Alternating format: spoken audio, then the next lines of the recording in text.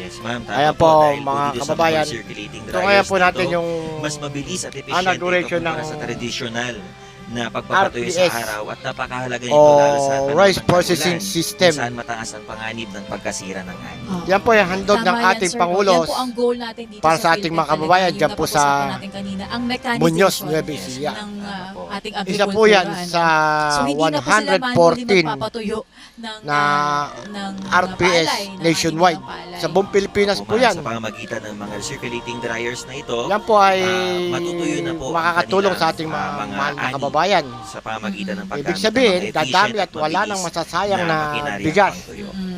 So sir, Mas paano po ang tataas pa ang magiging kita at regulation nito? gaganda ang kalidad ng kahit mga- sino ng ba sa ating ating bigas. mga magsasaka pwedeng magpunta dito sa RPS Hindi na po para tayo magpatuyo masasabihan or na paano po? pagkain ng hayop Tama ang po, bigas ma'am. ng mga Lahat po magsasaka ng mga dito sa magsasaka ay Pilipinas. welcome po na na gumamit ng ating mga circulating dryer